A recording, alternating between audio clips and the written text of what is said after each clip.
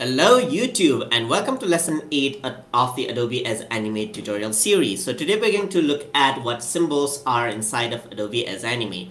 So the symbols available over here are these three symbols just like this. So this is the rectangular tool, which is the common tool right here.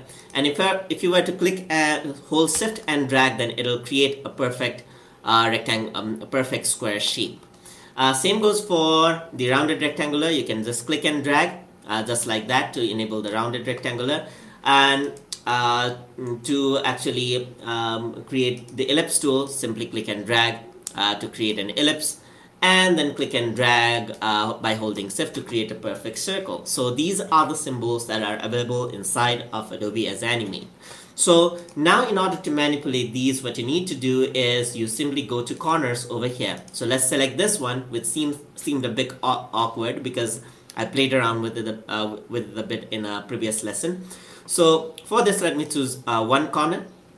Just choose one corner, and you can see that you can actually manipulate this. So the thing about HTML5 or CSS3 is that it does not allow for us to actually create oval shapes or rounded rectangular shapes. Or it does not allow for us to create these oval shapes. So these oval shapes are simply rectangular shapes that has percentage over here. So here what is being applied is each of the corners is being assigned a value of 50% of curvature, which makes it seem as if this is an oval. So this has a 50% of curvature, this has a 50% of curvature, and so forth. And now what happens is that it seems like an oval.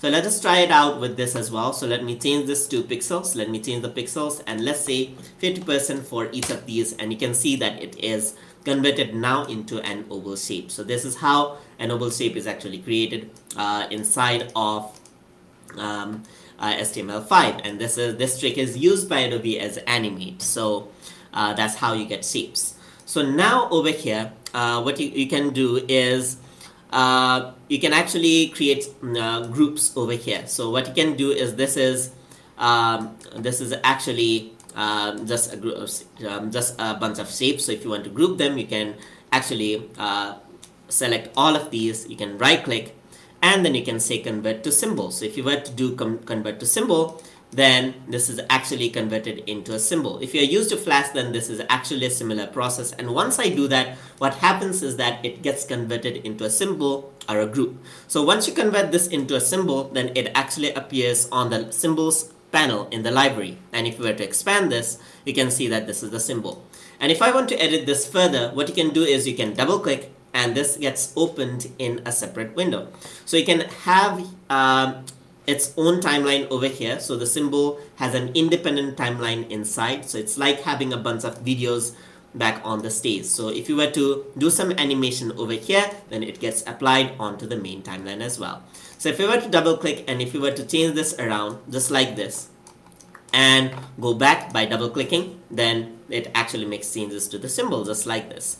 And if you were to change the symbol, it'll change the overall size. So you can have its own animation over here just like this. So you can see that there's an animation, and then here inside you can have its own animation again. So you can just click and drag just like this, and then you can have its own animation just like this. Alright, so you have a bunch of shapes floating away. And let's go back onto the main panel, and now you can see that there's multiple animation in the scene. So you have the symbols just going away at the same time, and then it is moving along the path as well. So this is how symbols work inside of Adobe Edge Animate. Hope you guys learned something as always, and as always, please like, comment, share, and subscribe.